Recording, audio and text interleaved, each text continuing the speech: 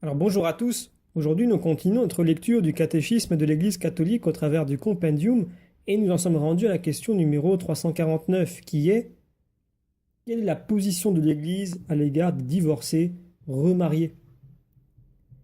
Alors, une première réponse. Fidèle au Seigneur, l'Église ne peut reconnaître comme mariage l'union des divorcés remariés civilement. Celui qui renvoie sa femme pour en épouser une autre est coupable d'adultère envers elle. Si une femme a renvoyé son mari pour en épouser un autre, elle est coupable d'adultère. Marc chapitre 10.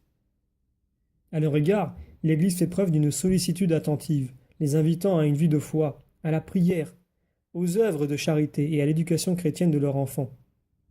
Mais aussi longtemps que dure leur situation, qui est objectivement contraire à la loi de Dieu, ils ne peuvent recevoir l'absolution sacramentelle, ni accéder à la communion eucharistique, ni exercer certaines responsabilités dans l'Église. Alors pour étayer ces propos, prenons les paragraphes 1650 à 1651 du catéchisme de l'Église qui nous disent ceci. Nombreux sont aujourd'hui, dans bien des pays, les catholiques qui ont recours au divorce selon les lois civiles et qui contractent civilement une nouvelle union.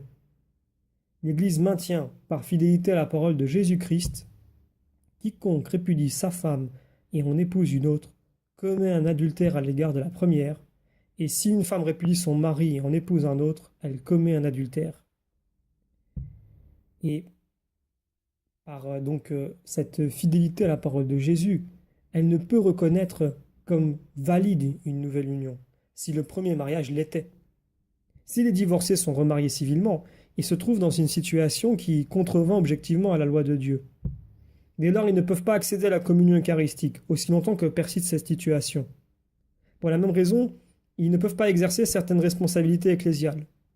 La réconciliation par le sacrement de pénitence ne peut être accordée qu'à ceux qui se sont repentis d'avoir violé le signe de l'alliance et de la fidélité au Christ, et se sont engagés à vivre dans une continence complète. À l'égard des chrétiens qui vivent en cette situation et qui souvent gardent la foi et désirent élever chrétiennement leurs enfants, les prêtres et toute la communauté doivent faire preuve d'une sollicitude attentive, afin qu'ils ne se considèrent pas comme séparés de l'Église, à la vie de laquelle ils peuvent et doivent participer en tant que baptisés.